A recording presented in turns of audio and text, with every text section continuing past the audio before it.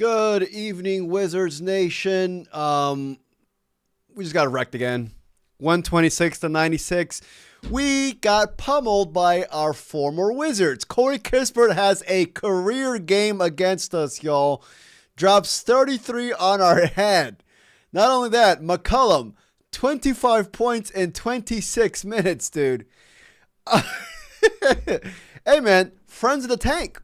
They're still Wizards in my opinion, and it's still weird as hell seeing Corey Kispert in a Hawks jersey, man. Shout out to Corey. As a matter of fact, the Hawks didn't play without Jalen Johnson, Nick Alexander Walker. You know, we saw Keyshawn George randomly did not play tonight. Perhaps it was a corresponding move. I mean, I don't know. But hey, the former Wizards came out friends of the tank. Friends of the tank. Let me put up chat real quick and all this fun stuff. If you enjoyed the stream, please like and subscribe. I truly appreciate it. 1 second. Not it. It's not working. How come it's not working? Well, I can't show my chat. I mean, my oh my God, what the hell? I've never seen this before. Why can't I show my screen? It's just showing double my screen. Should I be worried? What the fuck is going on? What the fuck? Hold on. It won't let me share my screen. This has never happened before. What? Okay. That was weird. There we go. My bad. I don't know what the hell that was. What the fuck? Okay. Anyways, sorry for the technical difficulties. The first thing I want to talk about is Trey Johnson. Trey Johnson tonight, he finished with 14 points, I believe. Yep. 14 points in 20 minutes. 5 of 7 from the field, 2 of 2 from the three. You know, for the past couple of weeks, especially since he came back from his injury in his first game against the Cavs, he has been a bit, let's just be honest, he was a bit inefficient. He was just trying to knock off some rust. This is his first game. Very efficient. Like I said, 5 of 7 from the field, 2 of 2 from the three. And we saw him getting chippy out there with CJ McCollum. They don't have beef or anything like that. But it was evident. Even though Trey Johnson is on a quote unquote minutes restriction, it was evident that they pulled him back for the tank. Had Trey Johnson played healthy amount of minutes, close to 30 minutes, Trey Johnson would have had 20, at least 20, but I'm even thinking maybe 25. You know, you can tell they started taking him out whenever he started to cook. He had a quick 5 points, like 4 minutes into the first quarter, and they immediately pulled him out. And this is like the first time that I saw that Trey Johnson look frustrated, especially because, I'm not going to lie, McCollum was kind of cooking him offensively. But, you know, this is one of my biggest worries about the tank was you don't want to become one with the tank. You don't want the tank to dissuade your young bucks. You don't want the tank to, you know, ruin their competitive edge. You don't want the tank to become you. And while I'm not worried about Trey Johnson, like, being affected by the tank moving forward, this is the major downside of tanking. I mean, let's just be honest. You know, he definitely, like, at any moment, I was just like, dude, at any moment, this dude's going to go on a 6-0 run by himself. At least. And they pulled him back. And you know what? While I do really, really disagree, not with the move of pulling him back, it really bothers me, but at the same time, I get it. I completely understand why they did it. But you know what? To me, the biggest thing I noticed, I was just like, dude, man, they are really handcuffing Trey. And they've pretty much been handcuffing Trey all year. I mean, granted, like, remember, in the beginning of the season, Trey was coming off the bench, you know, backing up CJ McCollum. And, you know, Trey had a stretch of games where he was playing plus 30 minutes. They came out with the report around December saying that, you know, Trey Johnson was on a minutes restriction this entire year. He was out for a stretch. Now he came back, you know. So, you know, even though Trey, in my opinion, has been having a really, really solid season, he's shown his capabilities in the offense moving forward. you see Con Kneppel balling in Charlotte, but to me, it's just like, well, Con was given the keys day one. Trey is still developing. Trey was just recently given the keys, went down with an injury, was out for what, 6-7 games, now coming back, coming into his own groove. But I mean, I don't know, man. I'm really rooting for these dudes where I just, hopefully they know, and I feel like they do. They're all smart guys. Hopefully they know this is just temporary. This is just temporary. But anyway, I had to get off my chest, though. Will Riley, a -32. Ali Channel says, hey, man, hope you're doing well. I want to show you something interesting. Look at Will Riley point for the last 20 games. What's your thought on it? I also think that he plays well with the G League bench. Well, Will Riley, tonight, starting for Keyshawn George. And I'm not going to lie, I was very, very intrigued by that. As a matter of fact, it was easily noted in the first quarter that they're going to give him some heavy run. I believe he played the majority of the first quarter. You know, man finished with 14 points, 6 or 17 for the field. I like that. At least he was very aggressive. Damn, Jaden Hardy went 5 of 19. Hey, man, you shot it up, I mean, Will Riley finished with 10 rebounds, 4 assists, 3 turnovers. The thing with Will, it's again, the strength with him. But I'm not going to lie, I was kind of expecting, and we did see flashes of it in this game, of more on-ball reps for Will Riley being the primary playmaker. I mean, it was evident, especially in the first 5 minutes of the game, that we had no initiator in the offense. Usually we lean on Keyshawn George with that. You know, there was nobody. You know, we saw Will Riley trying to be that, but again, whenever he goes into the paint, he does this whole, his patented spin move to the paint. It's the strength that just really, really holds him back. And honestly, I'm not worried about that because you're going to see next year a full offseason of strength and conditioning for him. It's going to do him wonders, man. It's going to unlock a huge, a freaking brand new, how you say, it's going to unlock the keys for him, you know? But yeah, man, let me look at the games because a lot of close games. So like the Jazz right now are playing the Pelicans. Whoever wins that game is good for us. Whoever wins that game is good for us. They actually play again. I wonder if Lauri Markkanen ended up freaking playing. Did Lauri Markkanen end up freaking playing? He didn't. The Jazz are such motherfuckers, dude. The Jazz are such motherfuckers, man. A phantom injury, an MRI for Lauri Markkanen yesterday. And as there were reports saying that the NBA was going to send in a private investigator to check out that injury. But I saw the Mavericks playing as well. The Mavericks are losing to the Kings. The Mavericks need to beat the Kings, man. I don't really care about the Kings. I think they're going to get the worst record. Precious Achiuwa is going off. Is Cooper Flag playing? No, he's not playing. But Bags is playing. As long as you got Bags, you got a chance to win. Anyways, come on, Mavs. I need the Mavs to win here. Yeah, because I don't know. I've given up on the Kings. I don't even want the worst record, honestly. We already know about the history about that. Anyways, let's go back to our game, man. Bobo says he has a motor, talking about his boy, Will Riley. Can make the shot, doesn't foul, not selfish, and goes in and out of a lot of heart. What's there not a love? Yeah, no, I completely agree, Bobo. I completely agree. But I think you and I are both in the same camp.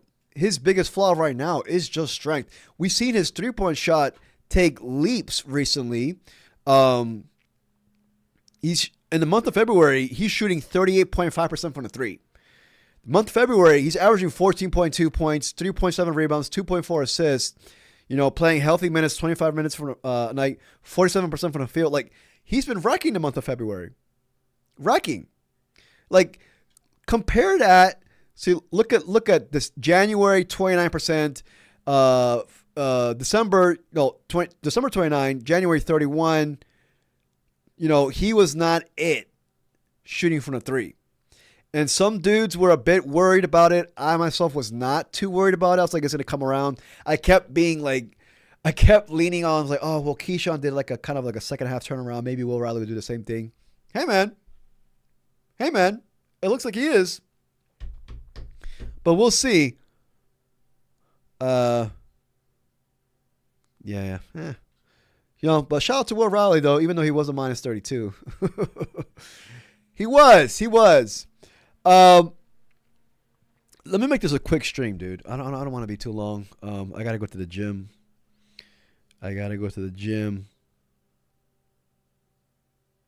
So, the starters tonight. Well, actually, no. There was actually some news.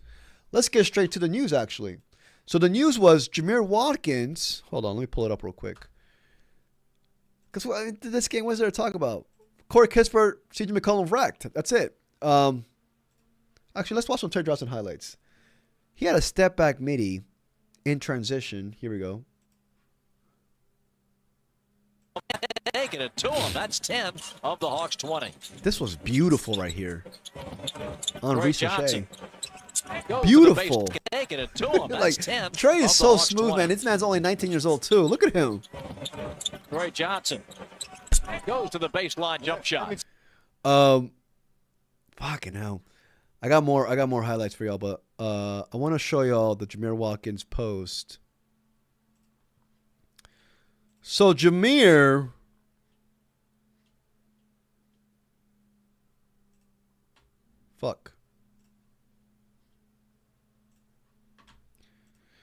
Jamir signed a new 2-way contract, man. A 2-year contract. That's 2-way. I keep saying 2-way. 2-year contract. We recently saw Tristovich get a freaking 3-year contract. 3rd year being a third team option. I can't talk. A team option. When have we seen this? Re-upping on our second round picks, dude. Shout out to Jamir Watkins. He's all but deserved that 2-year contract. Hold on. I think I have another post. But we've seen Jamir, and I keep talking about Jamir. I'm just like, we already we have potential 3-and-D players. You keep talking about, Balak Coulibaly, Champagne, all these other dudes. But, this is his new 2-year contract. Calls for him to earn $1.1 million the rest of this season. His 2026-2027 salary is non-guaranteed team option with a $2.1 million. You definitely got to pick that up. Deadline for the Wizards to exercise their team option is June of this year. It's definitely going to be picked up. But shout out to Jamir, man. Shout out to Jamir. You love seeing this, man. Especially with second-round picks. How many times, like in my lifetime, before this year, who was a solid second-round pick from the Wizards? Thomas Satoransky was the only one that comes to mind. Shelvin Mack had a bit of a life here and there. Just like second-round picks to me have mostly been like dudes who you stash in Lithuania, forget about them, and it's like, oh shit, I still got them on my roster. It's a new day here. People say, hey man, going to the gym at 11 is diabolical. You should be locked up for that. Hey man, you're right, but it's empty. It's empty, and I'm lucky because I got to wake up at 8:15 in the morning, so I got to wake up a little bit later than everybody else for work. So, it's I don't like waiting for people in the freaking anything. I'm impatient. I miss going to my $100 a year gym in Las Vegas at night and not waiting for a machine. Yeah, man. But anyways, shout out to Jamir. That was part of the biggest news today for the Washington Wizards. We lost today. We lost both of our games against the Hawks. We're playing against the Toronto Raptors on Saturday, and the Raptors been cooking as of late. I want to show you all this as well. I watched the Atlanta Hawks broadcast, and they were pretty much just... They can be a bit feisty, those dudes. Like they're just shitting on the Wizards the entire time, making fun of the Wizards. It's like, come on, man. It's like, come on. I want to keep that same energy next year. Everybody who's talking ish about us right now, keep that same energy. As a matter, you can look at me. I'm gonna keep receipts. Don't play with me. Anyways, Alex Sarr said this to Megan McPeak, playing with Trey Young and Anthony Davis, quote unquote. It's very exciting. Trey is going to facilitate for everybody, for me in the pick and rolls. With AD, we're two very tall guys that can do a lot of stuff on the court. Very excited to share the court, says Alex Sarr. Alex Sarr, heading into the 3rd year next year, is finally going to play with a point guard. Like, let that sink in. This year, man is averaging 17 and 7, pretty much on minutes restriction the entire year, and without a point guard. That's crazy. That's crazy.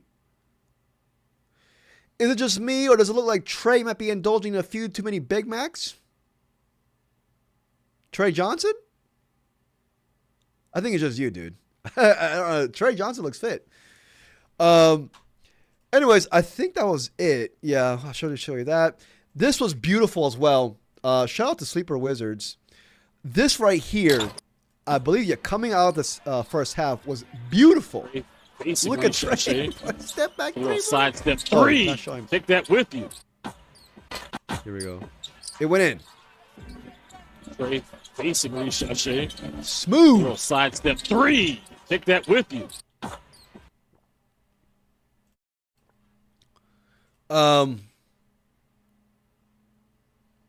But yeah, let me go back to the game.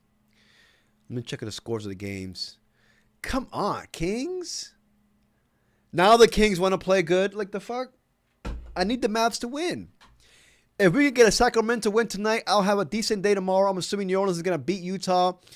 Hey, Alan, whoever wins that game is good for us, honestly, between the Pelicans and the Utah Jazz.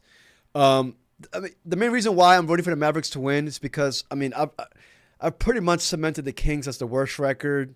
And the Mavericks right now, I believe, are tied for the 7th worst record. So you want to see them get some distance in case we win games. But it doesn't look like it. But, and also, I don't really want the worst record. I mean, we've seen recent history. The worst record never gets the top 3 pick in general. Not even, never gets number 1 pick in general. So, well, the Pelicans are starting to pull away from the Jazz, but it's still way too early in the game.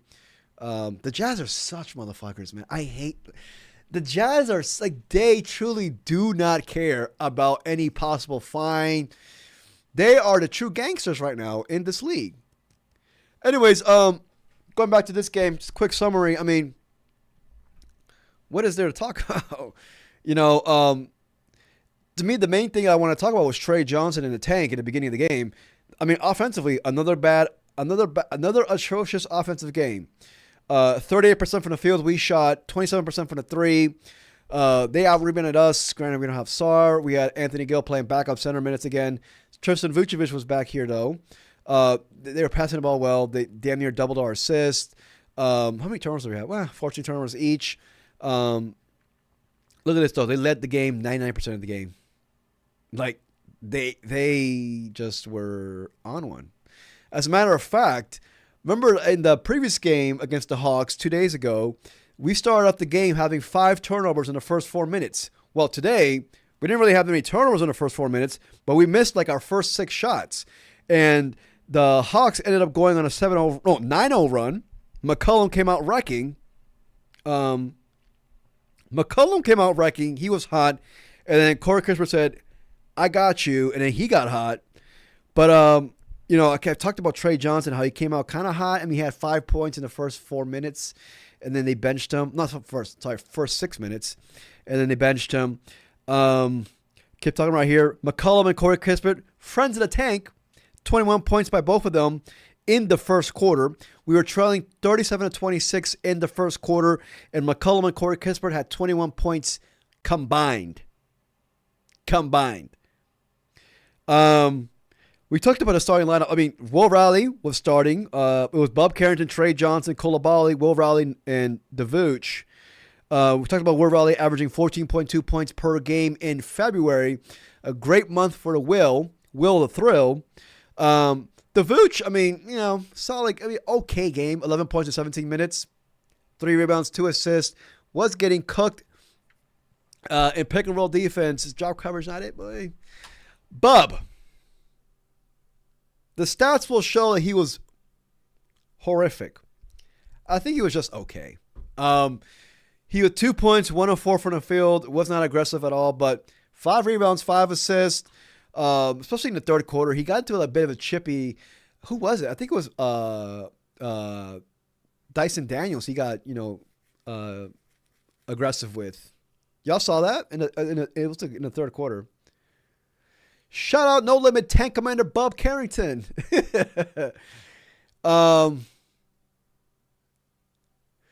Alan says, we're not catching the Mavericks, brother. We need that Sacramento win. I mean, true. I mean, yeah. This game, I'm still like, I don't. But look at this. Let me show you this though. Let me show you this, Alan. You're right. You're technically right.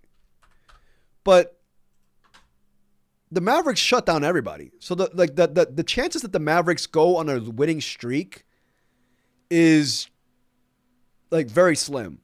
The Mavericks shut down Levine, Hunter. I think didn't they shut down Sabonis as well? So even if the Mavericks win tonight, like they're not gonna go, I believe, in a streak where they surpass us in the tankathon. Like, think about it. They're in the West as well, so they're playing competitive teams on a nightly basis. Now you see the Grizzlies and the Mavericks. You know, they're pretty much 5 games behind us, and I understand. Trust me, I understand. You're dead right. But to me, even though I know I'm not, I know we're gonna keep our pick. You know, just like that. But ideally, you want to see some wiggle room. Like the Grizzlies out here are over here starting their Chuck E. Cheese lineup. Everybody's 23 or younger. Like they're starting nobody. Granted, the Mavericks are on a 2-game winning streak, so you like seeing that. But I mean, I don't know. I'm just thinking about the future. I'm thinking about April to see if a dub here and there. You know, Alan says we got 2 tough games against Utah. We're gonna have to use our G League backups. Yep. I definitely agree. Those 2 games are gonna be. If you thought the Pacers game was critical, I would like to say those 2 games against Utah are more critical. I don't think they're critical for us keeping our pick. I think those 2 games are critical for where we will land regarding the tankathon. Because look at the Utah Jazz are right behind us. So if we sweep the Jazz, they will leapfrog us. But I like to think, and this is just me talking out loud, speaking out my ass, late February, but I like to think we're going to finish with no less than the 5th worst record. No less than the 5th worst record. So yeah, Alan, I'm with you. We're not going to, we might finish with 20. We might finish with 20. I think so. I think the month of March is going to be rough, but we might finish with 20 or 19. Because what, we got 24 games left, so that means that you think we're gonna go 2-24 the rest of the. I don't know about that. I mean, I don't know. We'll see. They keep thinking. They keep saying they're gonna bring about Anthony Davis and Trey Young. Will Dawkins has said that in an interview recently, so I don't know. Why are y'all talking about Buttigieg? Yo, who do you prefer to be? They're gonna Buttigieg or someone else? This guy, dude.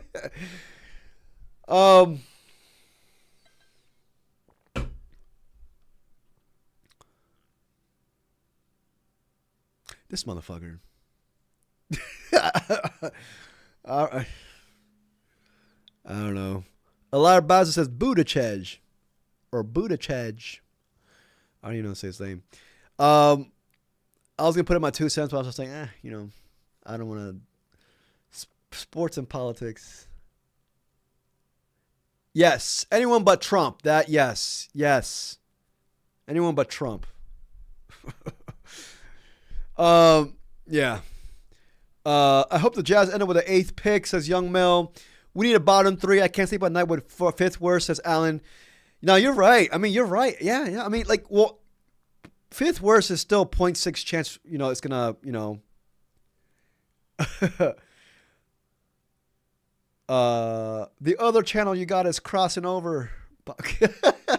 What, you follow my other channel? Shit. Lord. I didn't know that. We got, what was it saying right here?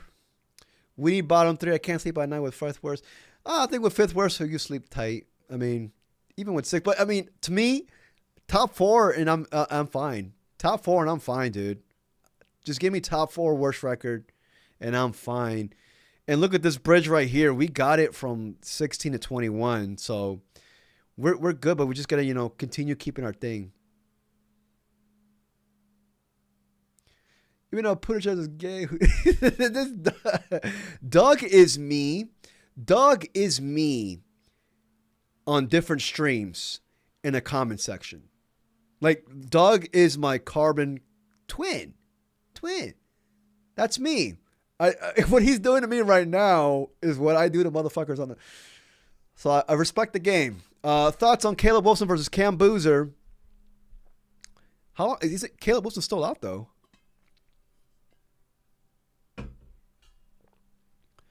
I appreciate it, Chuck Best. I really appreciate it, man. Let's get back to the game real quick. Tonight, Champagne had a solid 4 of 11 from the field, 1 of 5 from the 3, 2 rebounds, 1 assist. Leaky Black, Sharif, 1 of 6. I mean, what is there to talk about with this game? Koulibaly, 10 points, 4 of 10 from the field, 0 of 2 from the 3, 5 rebounds, 1 assist, -1. I mean, that's it. I mean, we saw the Keyshawn George, should we say phantom injury? They held him out tonight with a left knee contusion. Jamir Watkins did not play tonight, a DNP.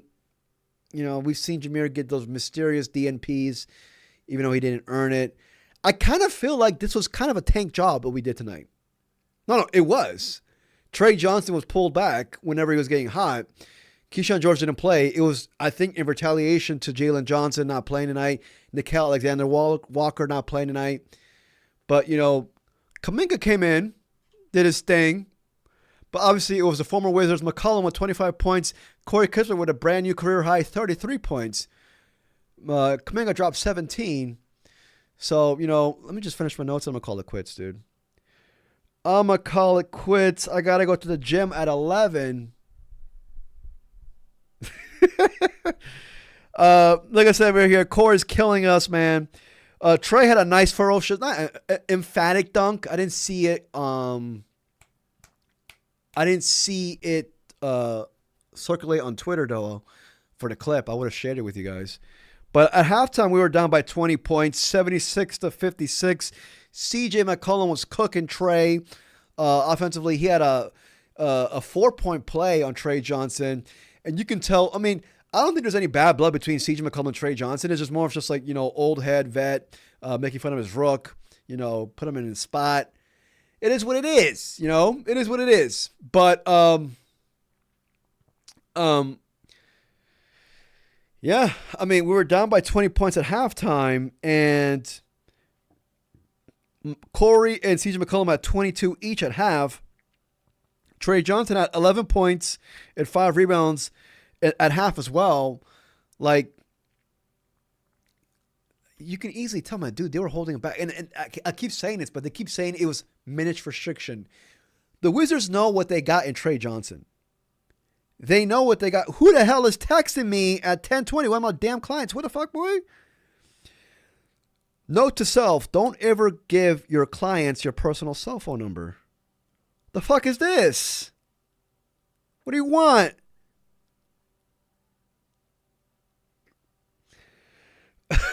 I swear to God, man. Anyways, sorry for that. I misreading a freaking client text. What was that? What was I? This woman set me off guard. My client just ruined my stream.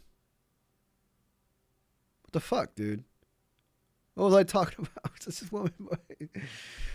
There's no sus activity between me and a client. If anybody's watching Norpol, there's no sus. My client's texting me at 10:20 at night. There is no sus activity.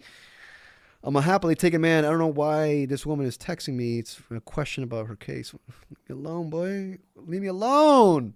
It's 10:20. Who works at 10:20 at nighttime? I know damn well you know the hours of operation.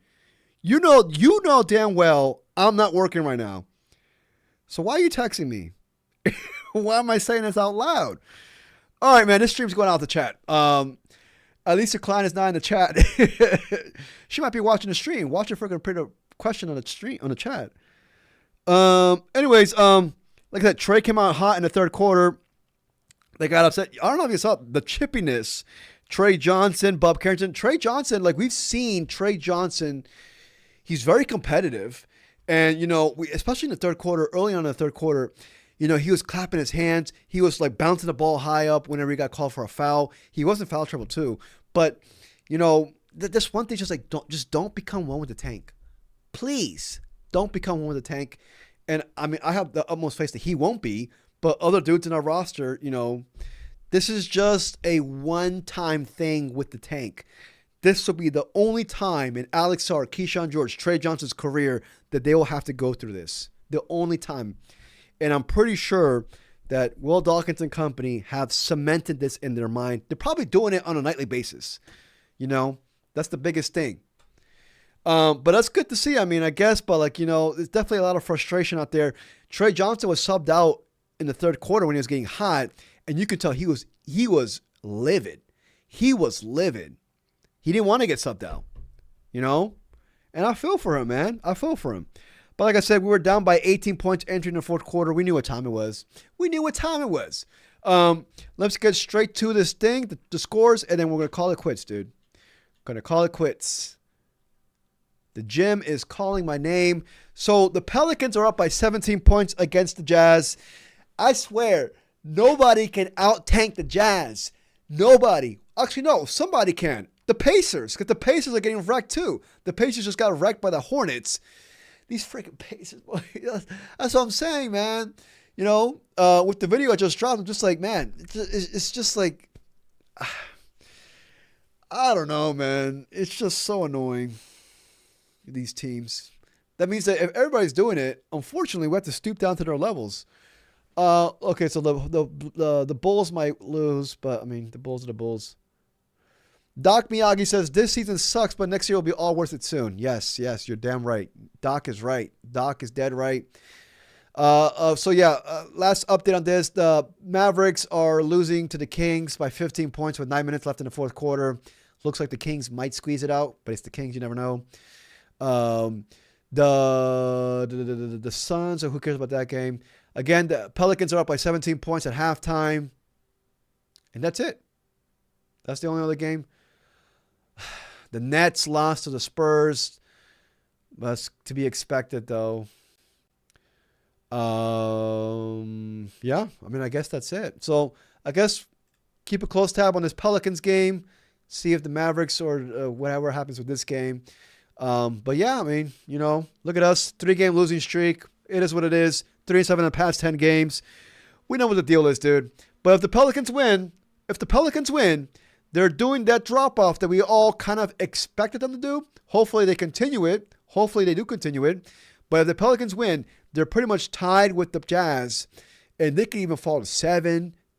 So we'll see. But the Pelicans winning, I've labeled them as the X factor. As long as the Pelicans get out of the top 5, you know, I like to think the Jazz are going to replace them in the top 5. But, you know, we'll see. We'll see. The Jazz are on a 3-game losing streak. These motherfuckers, man. But, you know, it is what it is. It is what it is. We play the Raptors here at home on Saturday. So, and the Raptors, they're 34-24, right? No, 34-25. They lost 2 in a row. Shit. Well, they lost 2 in a row, so hopefully they come in and just like, you know, they're pissed off. But I am going to root for a competitive game, though, on Saturday. We got wrecked by the Hawks twice in a row, like a total wreckage. So hopefully it's more of a competitive game. But we know what the deal is. Anyways, take care, everybody. That's pretty much it. No, nothing else to talk about. I'll see you on Saturday. I might go live tomorrow, but I got a Peruvian birthday party to attend, so we'll see. These Peruvians will let me go or not, boy. Let's see what people are saying. Trey will be fine. It definitely sucks, though. I don't care about Bub, guys. Chuck is right, not going to lie. Hey, Will Riley is better than Bub. Yeah, I think so. Doc, I'll never steer your stomach and whiz knowledge wrong. Facts and Doc, and it's always Jamir and honestly Sharif, too. Yeah. All right, everybody. Take care, everybody. Peace. I'll see y'all maybe tomorrow, but most likely Saturday after the game. Saturday we'll play against the Raptors. I believe it's at 7 o'clock. Let me confirm that right now. I believe it's at 7 o'clock. 7 o'clock, y'all, against the Raptors. And then we play the Rockets on Monday. So 2 competitive teams, but we'll see. You never know. It's the NBA. And, yeah. Take care, everybody. Peace, y'all.